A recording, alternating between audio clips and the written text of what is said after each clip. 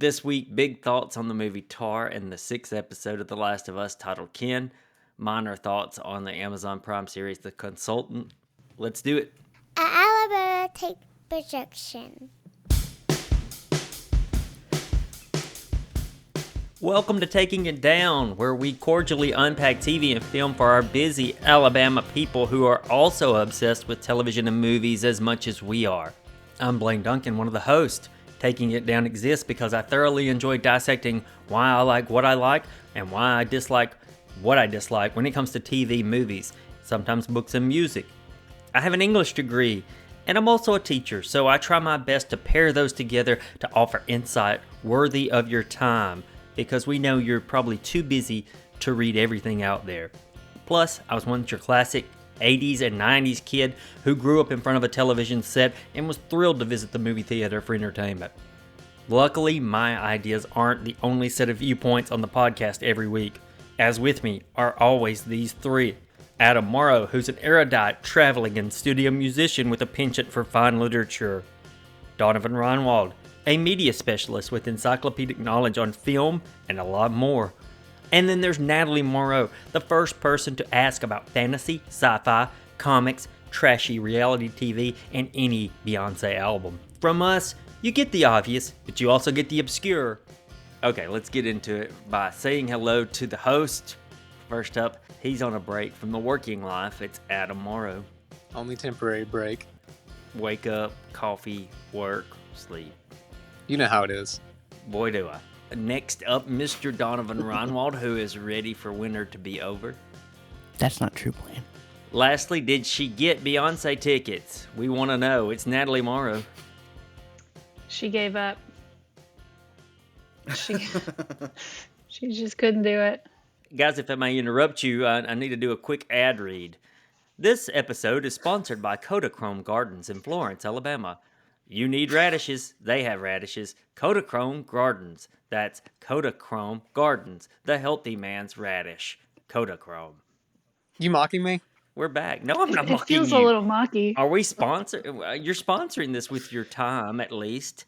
So not with our money. You could very well be out gardening right now, let's be honest. That's true. And you probably should be, rather than doing this shit. Telling me to get back to work. I'm telling you that this is not worth There's the a theme time. to our interaction so far today, which is I need to get back to work. Them radishes don't grow themselves. Well, they kind of do. I've always thought of the Kodachrome radishes as the thinking man's radish. It's the people's radish.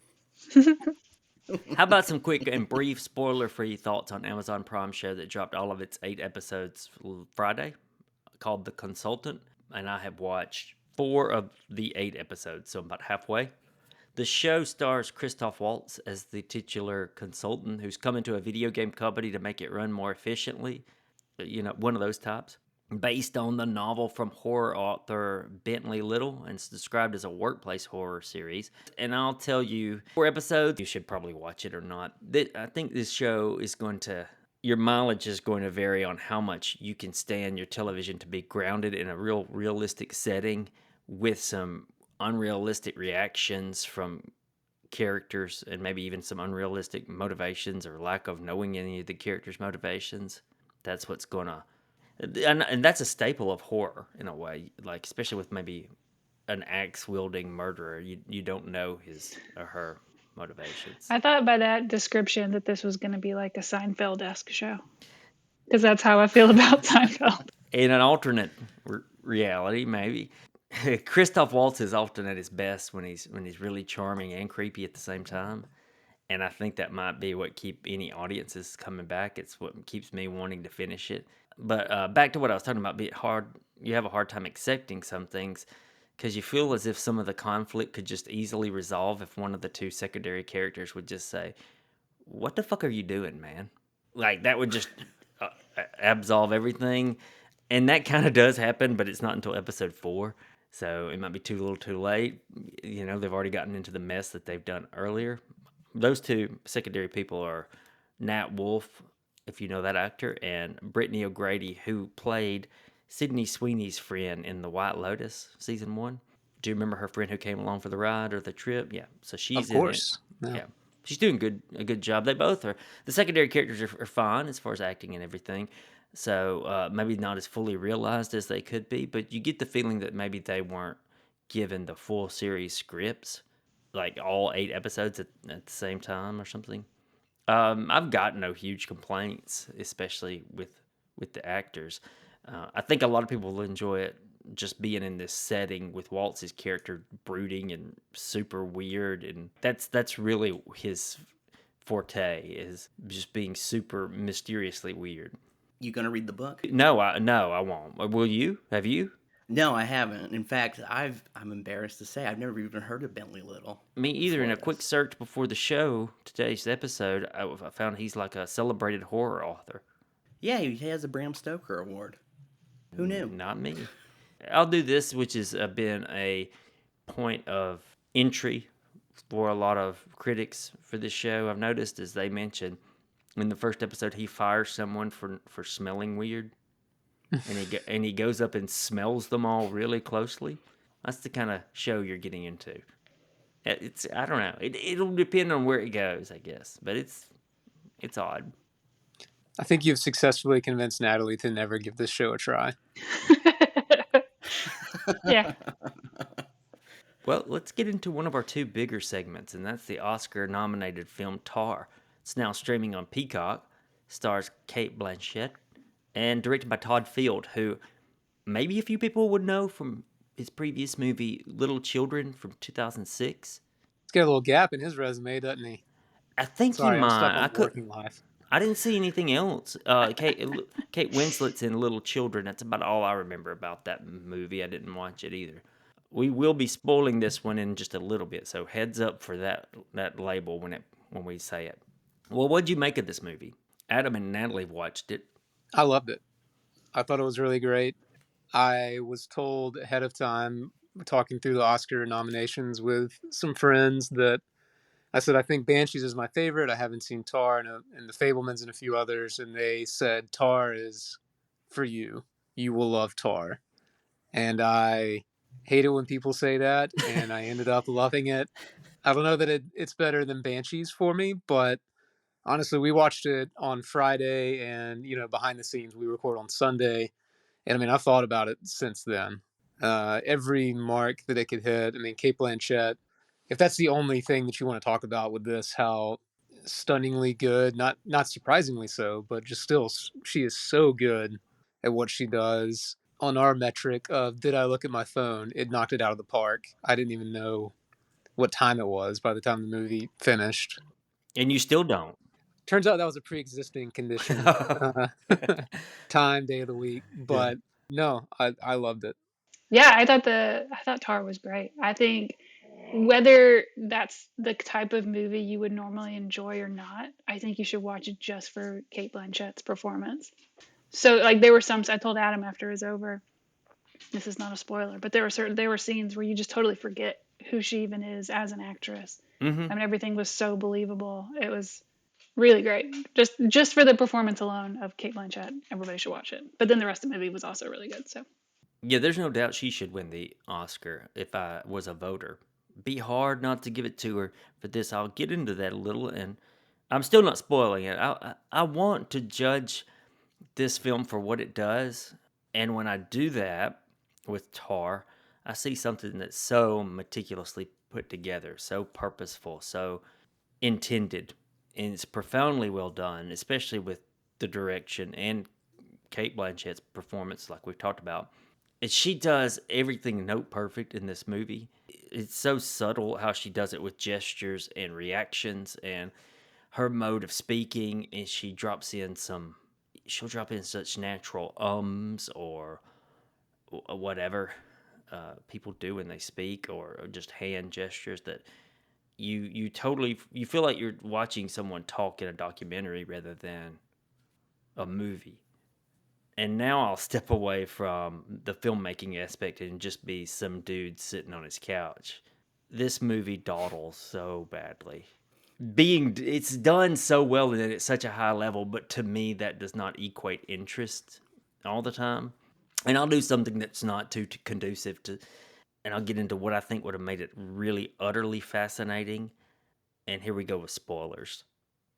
And it's sort of in the film already, so I think I'm being kind of sort of fair to say I wish it had more of this. I think Field could have been a little less subtle. Not that he should have been on the nose with anything, but there's a little bit of middle ground he could have reached for. I think I would have liked to have seen a couple of more instances of Lydia being a groomer that you find out she is in almost the third act. You don't really know for sure. It's clear she's not a great person, but it's not clear that she's ever been predatory. And I think I would have liked to have seen drops of that, hints of that, more blatant hints of that, if there's such a thing as a blatant hint, earlier.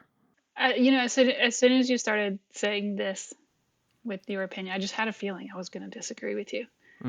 And turns out I do.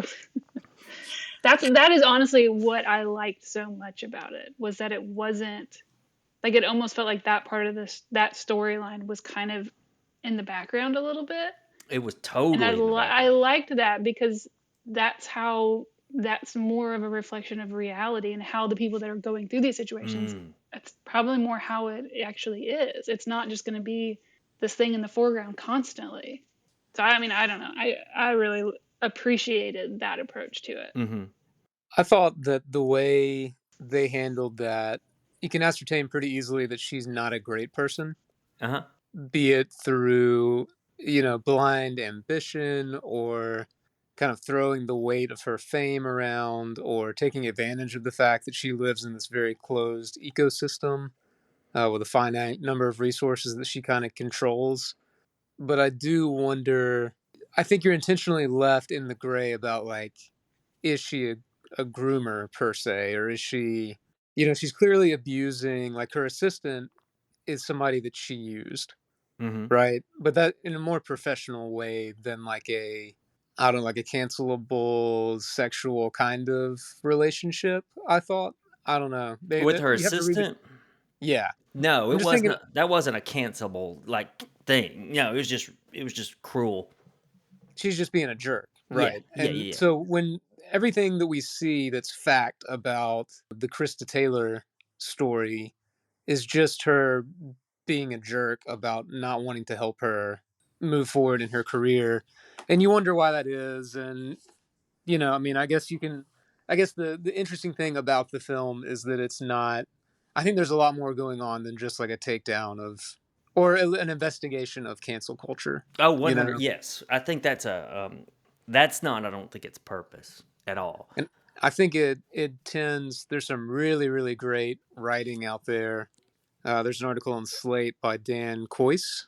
Yes, I saw that one. He makes some fantastic points and references, and he shows his work with stills from the movie. That this is a much more haunted, surrealistic kind of thing than just a pure takedown of power, or but even that is not, it can't be that simple. It's you know not. It's not. And no, you're right. This is also about a ghost that's haunting Lydia Tarr. this is a ghost story. Literal or figurative or both. You take your pick. The opening scenes with her assistant or someone filming her as she's asleep, and she says she's haunted. Like that's like that stuck with me, and I thought that was good of Field to do that right there at the beginning, because I kept thinking she's haunted. Like what, those first two acts, you're thinking she's not that haunted. She seems chill, or she seems not chill, but she seems to have it together, if not a little cruel sometimes. And then at the end, you get the idea that maybe the ghost was Krista Taylor. The ghost was her old self, Linda Tarr with two R's and not the little accent mark. It doesn't matter that those hints there aren't a few more of those throughout. It doesn't matter, but I think a bit more would have made it more focused, help me be more focused on what it is I'm trying to ascertain from this movie. It would have been more pointed. Yeah, and I thought it did a really good job of not really telling you too much and just letting you live with a feeling, because it's so unsettling. And there's so many little things that, like take the opening sequence of, like you're talking about, her being filmed asleep on that private jet. and you're kind of trying to figure out, like, before you know the arc of the film, which is very Greek tragedy, like here's somebody who has it all and loses it in very painful, masterfully done storytelling. You don't know if this is like you're getting like them at the height and you're about to go backwards in time and learn how they got there or anything, Yeah. but that it just starts with private jet, fancy meetings, teaching at Juilliard, blah, blah, blah. And there's only tiny little details that kind of let you in on her personality and what's going on, like the redhead in the crowd that they keep showing. It took me a long time to put together that's Krista Taylor Yeah. watching. When you saw the back of her head, I thought, this is like the second scene. If you count that opening scene with the cell phone, she's being filmed, but she's not. She's blurred out. I guess the second scene would be everybody coming into the auditorium to get ready for her interview. And you see that redhead, and I thought to myself, and I think I clung to this notion for a long time. I thought, oh, that's her wife. Yeah. Yeah. And then I thought her assistant was her wife for the longest time. And I thought, she's treating her wife like shit. Well, and she meets the like student or young reporter afterwards and compliments her bag. And it's very subtly done that she tells her assistant, I'm going to stay in tonight. But then when you remember she's listening to NPR and people argue online, she's clearly getting ready to go out there. And then she has the bag that reporter had when she gets back to her apartment in Berlin. So they're setting you up to think. That's why I say, like, she can be a jerk, but she may not be a groomer, because they put all of these red flags up for you to not like this person.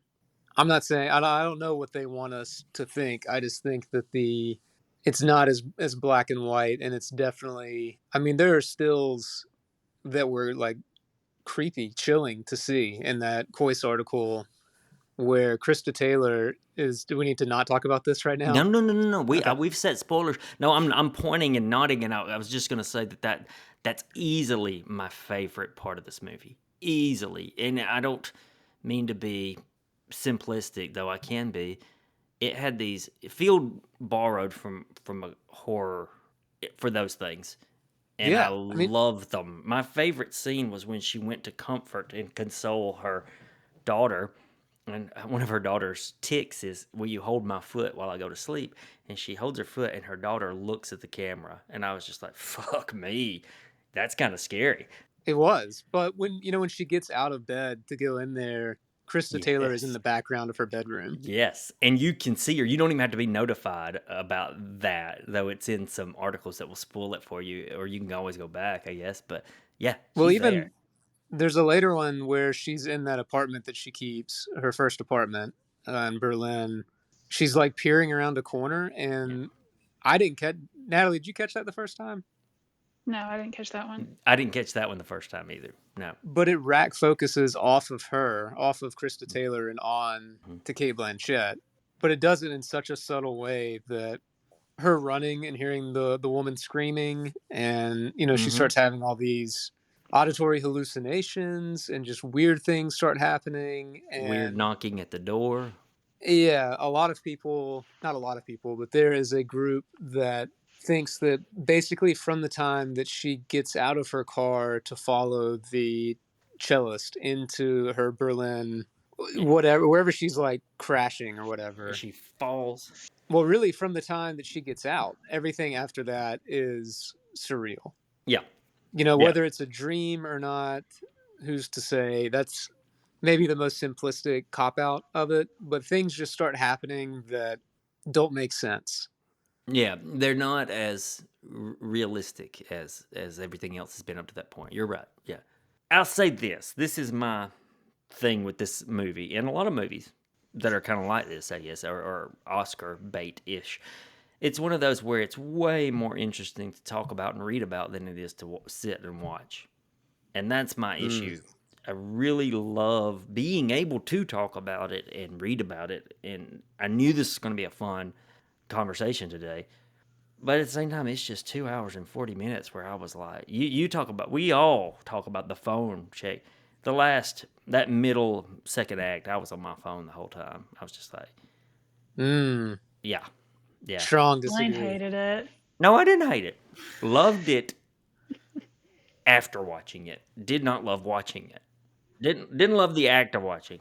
It was edge of my seat kind of experience for me. See, it was for me during her interview, that opening interview, and during the Juilliard, and during the third act. Just the whole time I was there. And I knew when I started picking up my phone, I was like, man, I'm not cutting it off. I'm not doing that because I know it's going to be really good to talk about. I think also there's a conversation to be had about this movie, that how much do you disregard an artist's evils and just enjoy the art? And For sure. That's a little pointed, of course, and it happens because should that kid have been opposed to playing Bach because Bach's a known misogynist, Right. and he's a modern kid? I'm maybe the opposite, that I want to blow right past those conversations and you know, what? the cancel culture stuff, and just get straight to like, oh my god, it's a work of surrealist horror. Yeah. But there's a ton of great points raised throughout that, like, yes. are a substantial film in and of itself. It just felt like it needed an editing, another run through on the edit. Go through and edit this. Like, there's a good example of something that could have easily been edited, and yeah, it would have lost something, but shit, you're going to lose something in every edit. When she went to help the old lady get on the toilet, remember that harrowing, just damn, that also was another horror scene, but a different sort of horror. Like, you could have cut that out and saved 4 minutes. But I feel like that gave you because I feel like that the ding dong noise she kept hearing and couldn't place. I'm pretty sure that was the woman's like fall alarm. Her medical, yeah. Yeah, that was like the medical, but I feel like that made that noise even heavier. Like adding that little bit of knowledge instead of just thinking, oh, some elevators on the fritz. Like thinking there's an old woman struggling next door every time that noise goes off, and then it just keeps going off. Yeah. It also set up her reaction to it, which, somebody whose life is so controlled and perfect in a lot of ways, and everything, like every space that she's in is just like immaculate. Yeah, it juxtaposes that and the fact that she's always using the hand sanitizer. Yeah, the fact that she encounters mortality in a way, or frailty, or something outside of control, and she immediately flees and strips down and has to like bathe herself to get the feeling off, or attempt to. I thought that was really good. I love it in hindsight. Just didn't love the process. Was it too in the weeds on the conducting, or did y'all enjoy that too? I thought it was great. Yeah, I did too. I thought the one time that I sensed that she was acting is when she was actually physically conducting the the symphony. That wasn't great. It was a bit much, but maybe that character would have done that. I definitely had a moment watching those scenes where it's like I kind of wanted to text my brother, who's done a lot of conducting, like, is this real? Like, does this happen? No, I still am trying to piece together what he meant by it, or if that's even important. Or I'm also kind of marveling at I haven't read a lot of interviews with him, but that someone could write and direct and create something and then just kind of let it be, like let it not say like, no, actually you're missing the point. This is what, especially on something as nuanced and subtle as cancel culture and like how we're dealing with the canon, all of that stuff is not, his position isn't really made clear. And the fact that there's this whole other, I think, way more interesting and important to the story, surrealist element that a lot of people don't seem to be engaging with, yet it's still getting all these accolades. It's really wild. I don't know, that's just fascinating. Yeah. There's a New Yorker piece. It's not a piece, it's a review, their standard movie review. That's the one I ran across that was in the most agreement with. Well, the Times review was very much just a surface level read. Sounds dismissive, but it does. It didn't really delve into the horror atmosphere or anything like that. It's just kind of, I think maybe it was the Times review that said like, this is not making any decisions about what it's talking about. Huh. I think I Well, may be misremembering where I read that one, but in a way that's like it leaves enough wiggle room that by the end you could come away with the read of she was a terrible monster who deserved to be everything that happened to her was a consequence of her own making. Or there's a read where yeah, she's a bad person, but the times that she lives in were weaponized against her, kind of thing. Does that make sense? mm-hmm. And I don't think that reviewer was A.O. Scott, their usual movie. Yeah, I'm not sure. I don't think it was. Okay, well, let's take a break, and on the other side, we'll talk the 6th episode of The Last of Us.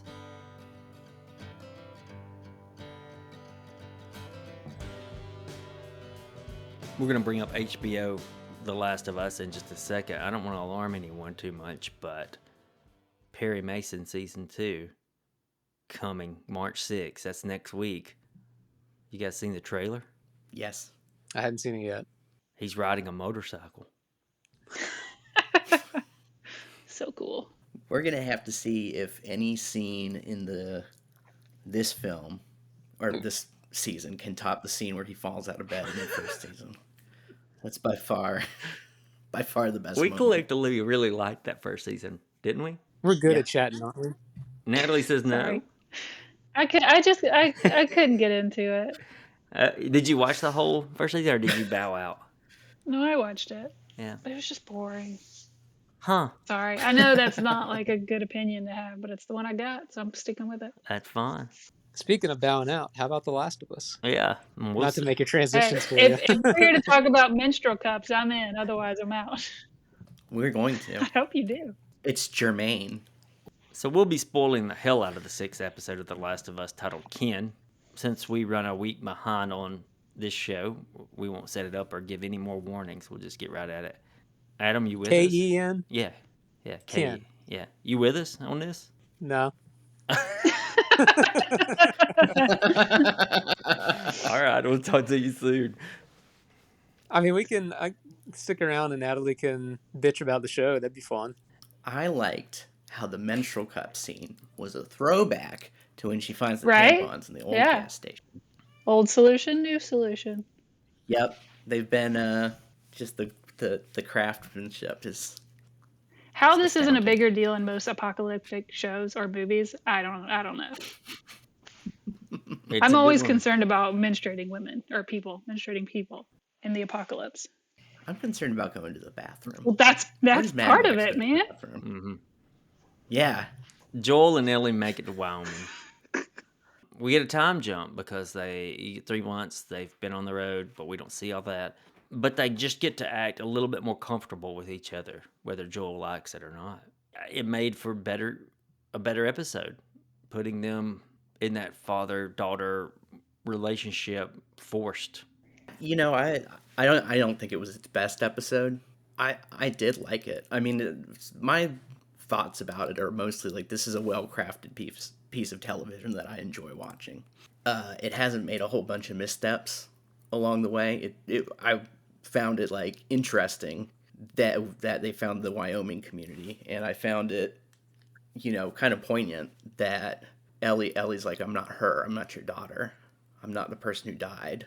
Joel just really has trouble accepting that. So I did think playing up the dynamics of it, because like her parents are dead, and she said everyone she's ever loved has left her, versus him who's stuck in this one horrible moment from 20 years ago. It was good. I don't know if I think it was the best episode though. Are you going back to the Bill and Frank episode being one of the better ones? Bill and Ted's. excellent. Man, I really loved the intro, how they were just already in the cabin, the old cabin with the 2 Native Americans, Florence and Marlon, I think his name was. And it's Graham Greene is who the actor is. And the other lady is from Northern Exposure. It's just so good how it's just not that tense after all. She was funny. Yeah. She pretty quickly diffuses any kind of tension in that scene just by being funny. It's like, you fed them? Yeah, it was cold. Then we get Ellie and Joel they tell them not to go west in a great line that he says, what's the best way to get west? And he says, go east. or something like that. It's good. They do go on to the River of Death, and where they are surrounded by those people on horseback, and their guns drawn. They're in trouble. They've got a dog who can sniff out infection. Ellie could have very well gotten eaten up by a dog. He didn't smell infection on her. Yeah, and that's how they get to go into the town and find Tommy, the long lost brother. A real gated community. A real gated community. They're trying to keep everything low key so no one finds them and raids them and shoots them and stuff. So they're not too happy about letting anyone in. Do coincidences like that bother you in movies and TV shows? What coincidence that just so happened to... They just so happened to, like, the raiders that, or not the raiders, but the horsemen that they came upon just so happened to be Tommy's wife? Where Tommy's been this whole time in the entire state of Wyoming. I think they're in Wyoming, which is a huge state. I was much less thrilled about the coincidence that one of the people on horseback just so happened to be Tommy's wife. Like, Right. they were probably in the right vicinity to get seen by these people. And I love the comment that they were basically Kodachrome Gardens and communists. What are you trying to get at? Why are you roping me back in?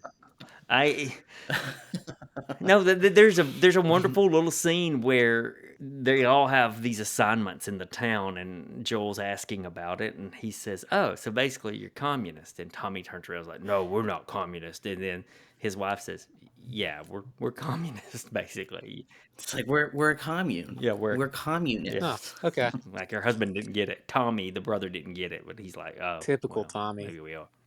I tell you what. Sometimes I do think he's not the sharpest tool in the box. He's probably not. No, I just like this episode because it just felt like a fully realized time for... It made sense that he was the dad figure. It worked. It clicked. His acting was really good and fairly subtle enough to where when he would wince or look away for, that you could just tell that it added up to him not wanting another daughter or wanting to try to live that again. Yeah, I agree. They do kind of foreground it with what Ellie says to him, that I'm not her. Mm-hmm. But I think that, like you said, they do a good job of, and Pedro Pascal does a good job of kind of laying the foundation for that and trying to keep his distance from someone that he's obviously grown close to. Mm-hmm. To me, this episode worked as good payoff for a few episodes that came before it, emotionally. I felt like this was good payoff for the Kansas City ones. Yeah. And then at the end, they have to go down to Colorado Springs because the Fireflies could be there working in labs. And we get an attack from probably scavengers, random people, and they end up stabbing Joel in the gut. Things aren't looking too good for our pal Joel. He's going to have some really bad bowel movements in the future if he makes it through this. It's going to hurt. So far, so good. Yeah. Of course he's going to survive. Oh yeah, of course. He's in the second game, right? I had no idea. I don't know. Again, another episode where clickers are just the background noise. Yeah. And it's all of the dramas from human relations. Yeah. Which I'm for. I think if it was just a shooting of the zombie show, it would get pretty dull pretty quickly. It'd be like one of those Resident Evil movies. They've managed, for me personally, they managed to put that in at the right times to be action enough. So the trailer next week looks like it's a flashback episode of Ellie's time in the Boston QZ, where she was trained or taught or whatever she was going through, which manages to not show Joel's outcome. It makes you think he might have died. For those unfamiliar with how TV works. Yeah, exactly. Like, he might be dead. Probably. Yeah. We'll have to tune in next week. Why do shows do that when they make some big announcement about signed on for season 2, and then 2 weeks later they have a cliffhanger episode of one of them dying? Come on. Someone in public relations and the directing side of it are just not communicating with each other. It's ridiculous. The final little scene would have worked if if there was a little bit more certainty on him surviving, probably, where, maybe he would just open his eyes and be like, or I'm not going to make it, or help me out, or she's dragging him away on the horse or something, and just something that you realize, oh, he's alive, but he's rough. Again, those bowel movements are going to... They're coming. All right, well, that's the end of our episode this week. We're online. We're on Instagram and Twitter, just the podcast itself, as well as the Alabama Take, which is on pretty much all social media. You can find us, you can talk to us, you can say hello. Perry Mason.